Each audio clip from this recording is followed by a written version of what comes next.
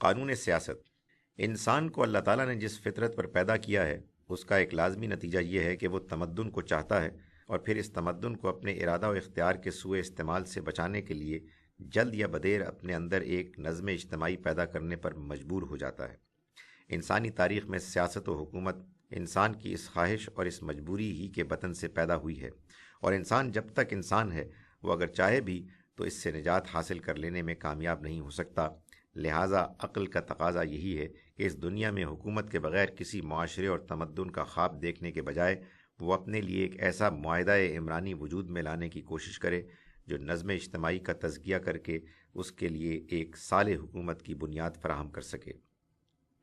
اس میں شبہ نہیں کہ انسان کی فطرت نے اسے بالعموم یہی راہ دکھائی اور اسی راستے پر جد و جہد کے لیے آمادہ کیا ہے، لیکن اس کے جو نتائج اب تک نکلے ہیں اور جنہیں ہر شخص بچشم سر اس عالم میں دیکھ سکتا ہے، تنہا وہی اس حقیقت کو بالکل آخری حد تک ثابت کر دینے کے لیے کافی ہیں کہ زندگی کے دوسرے معاملات کی طرح عقل انسانی اس معاملے میں بھی آسمانی ہدایت کے بغیر بعض بنیادی نوعیت کے فیصلے پوری قطعیت کے ساتھ نہیں کر سکتی۔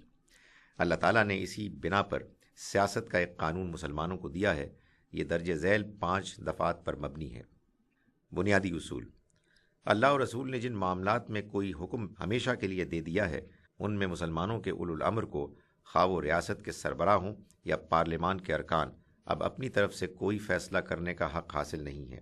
چنانچہ مسلمان اپنی ریاست میں کوئی ایسا قانون نہیں بنا سکتے جو اللہ اور رسول کے احکام کے خلاف ہو یا جس میں ان کی ہدایت کو نظر انداز کر دیا گیا ہو۔ اس کے تحت البتہ وہ پابند ہیں کہ اولو الامر کی طرف سے جو حکم بھی دیا جائے اسے پوری توجہ سے سنیں اور مانیں۔ اصل ذمہ داری۔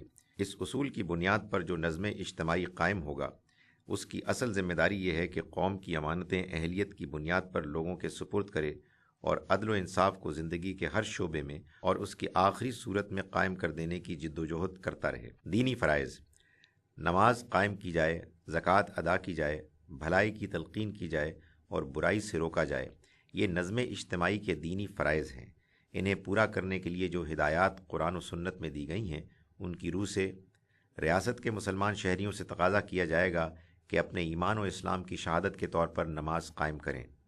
نماز جمعہ کا خطاب اور اس کی امامت ریاست کے صدر مقام کے مرکزی جامع مسجد میں سربراہ مملکت، صوبوں میں گورنر اور مختلف انتظامی وحدتوں میں ان کے عمال کریں گے۔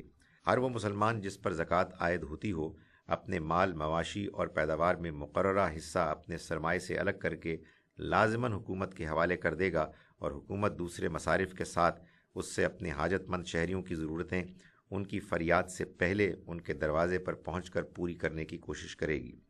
بھلائی کی تلقین کرنے اور برائی سے روکنے کے لیے ریاست کی طرف سے کچھ لوگ باقاعدہ مقرر کیے جائیں گے جو اپنے لیے متعین کردہ حدود کے مطابق اس کام کو انجام دینے کے لیے ہمہ وقت سرگرم عمل ہوں گے۔ شہریت کے حقوق۔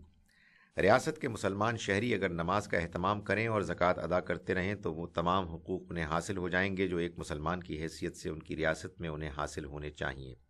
وہ آپس میں بھائی بھائی ہوں گے، قانونی حقوق کے لحاظ سے برابر ہوں گے۔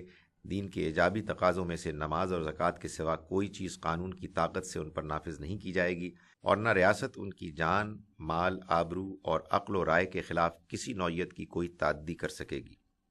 نظم حکومت۔